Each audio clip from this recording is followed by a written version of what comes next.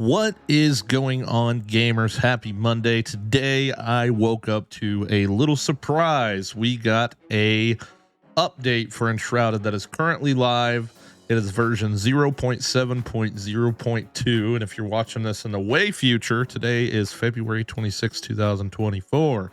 So with that being said, this is a update that is just released this morning. It's got some good stuff in it. We're going to go through it, and after we're done talking about the update, I'm just going to continue on my mega build series per the usual. So strap in, hit that like button for me, as long as it doesn't hurt you or break your fingers or anything. I wouldn't want that to happen. But consider subscribing as well, man, and join us live on Twitch every night if you want to jump in on these crazy mega builds with us. But we're going to read through these as I am destroying one of my awesome towers that I just got done building, because we have plans for a more awesomer tower. And yes, that's a word. Don't freaking judge me. Okay. All right.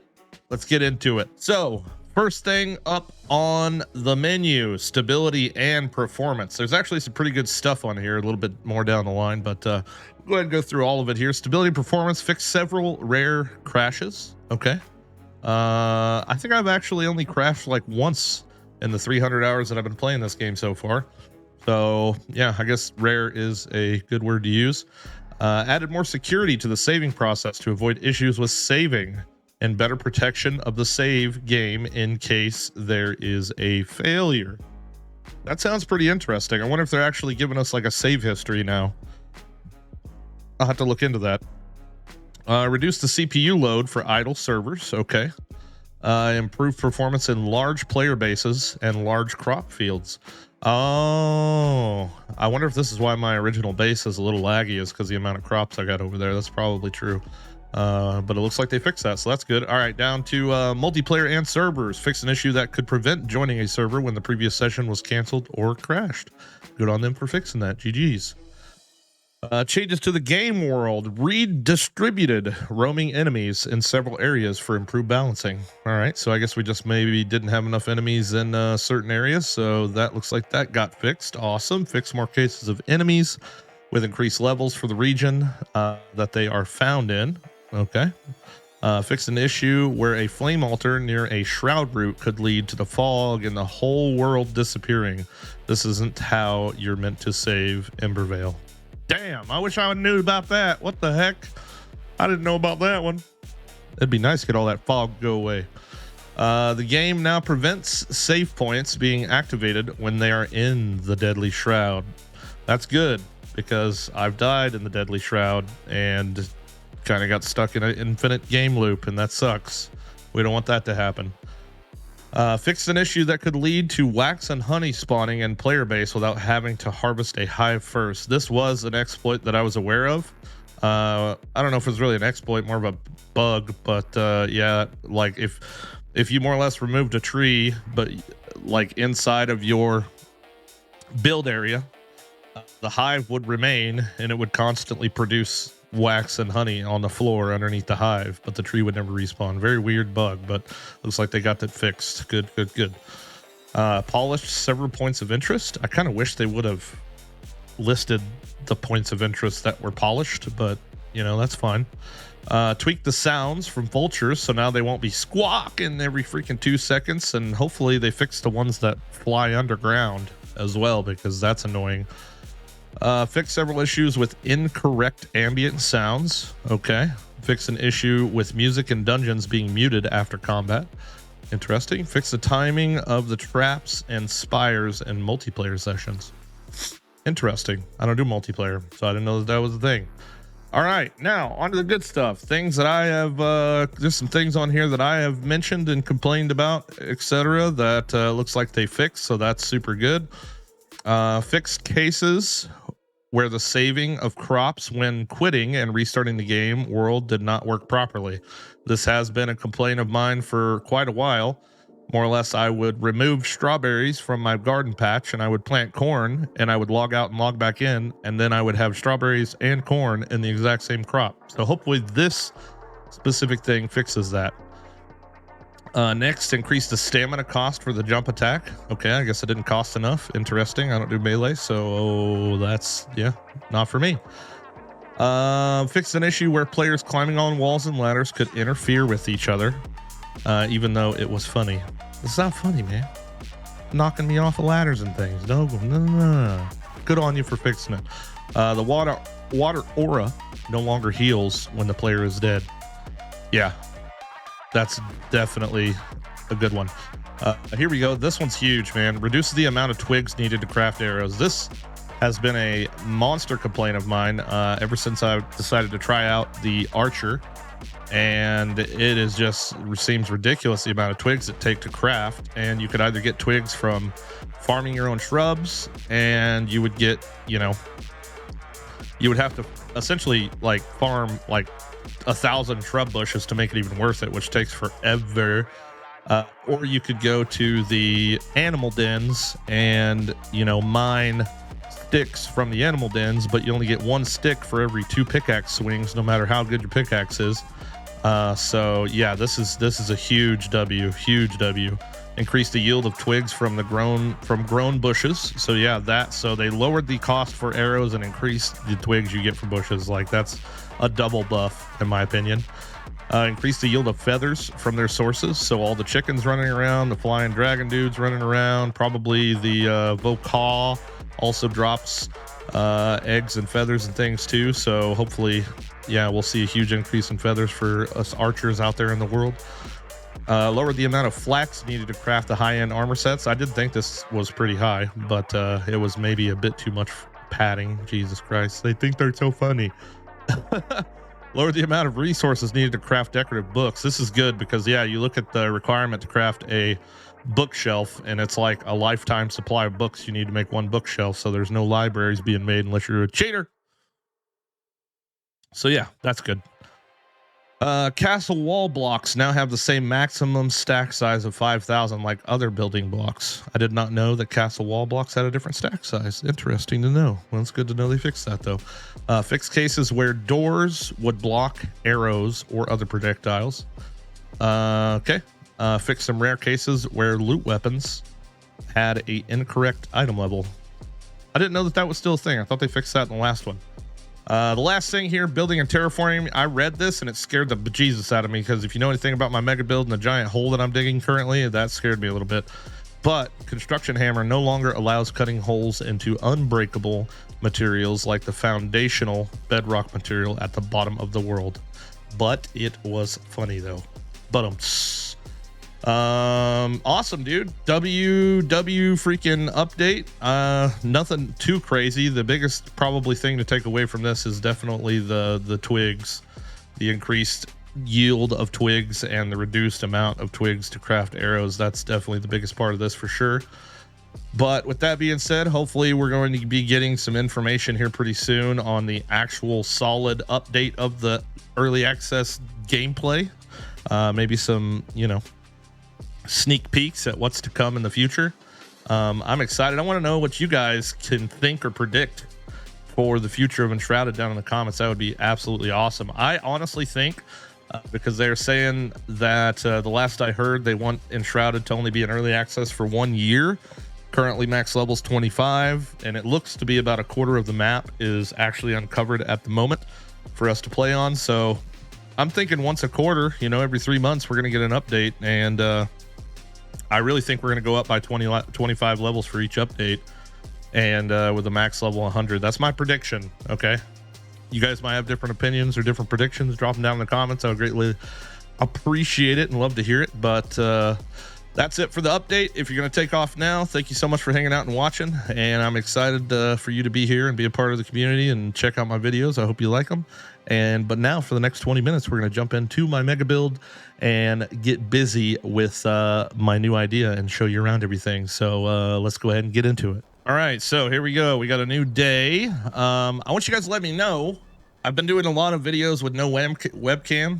Previously, about 1,000 videos with my webcam. And I want you guys to let me know if you want the webcam or not.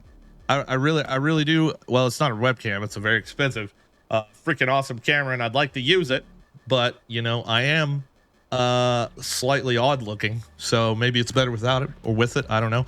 But for those of you that haven't seen my stuff before, this is the hole I was digging. I was hoping nothing happened to, and it looks to be good order for now, but I'm gonna explain to you guys what we got going on upstairs. Now, it took a huge community effort last night. We had about 60 people helping me decide on the live stream what we should do with the front entrance of this, because previously, you know, we had the 4 towers as of the last episode of our mega build series.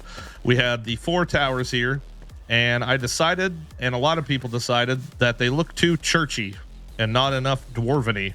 So we put our heads together about an hour and a half. We worked and designed this thing here. So we had a bunch of pictures thrown in Discord for reference ideas, and I really liked the way this one looked. Now, it was a hard decision, obviously, to say, okay, we're going to destroy these towers and we're going to build this one. So this was the first concept that we came up with. We built it, and as you can see in the still image from the stream last night, it was too short, okay?